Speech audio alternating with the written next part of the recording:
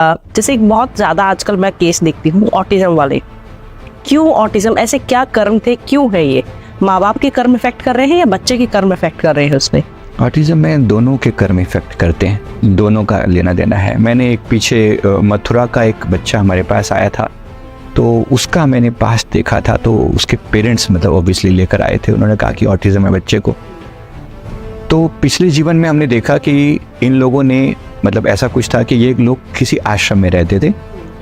तो उस समय ये जो बच्चा था, मतलब ये छोटा बच्चा था और माँ बाप ने एक तरीके से उसको दुनिया की नज़रों में ये सिद्ध करने के लिए कोई चमत्कारी बाबा है ऐसे करके छोटे बच्चे को उसके साथ थोड़ा मिल मिला के और उसको थोड़ा प्रचार वगैरह ऐसा कर दिया।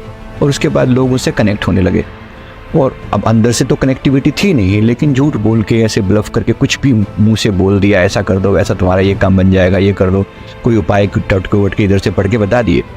ऐसा करके इन्होंने अनेक लोगों का जीवन खराब किया, अनेक लोगों का। कोई मिसगाइड किया, कुछ भी बोल दिया, ऐसा हो जाएगा वैसा हो जाएगा। उस काम करने में दो लोगों ने साथ दिया, बच्चे और उसके जो केयर टेकर थे। ये बच्चा कहीं से आया था, माँ बाप नहीं थे वो लोग, तो उन्होंने केयर टेकर जो थे उन्होंने पूरा इस चीज़ का फ़ायदा उठाया अपना पैसा बनाने के लिए।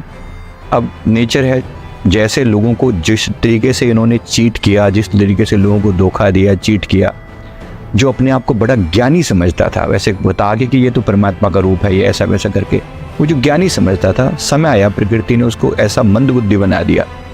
अब जो अगला जन्म हुआ है तो वो इस टाइप से हुआ कि मैं वर्ड यूज़ नहीं करना चाहता, बट कहने का अर्थ है कि जो बहुत ज्ञानी अपने आप को दिखाता था, झूठ बोलता था, वो सारा झूठ जो है अब प्रकृति ने इस जीवन में जाकर वो लिया एक्सपोज कर दिया कि देखो ये तुम्हारी रियलिटी है।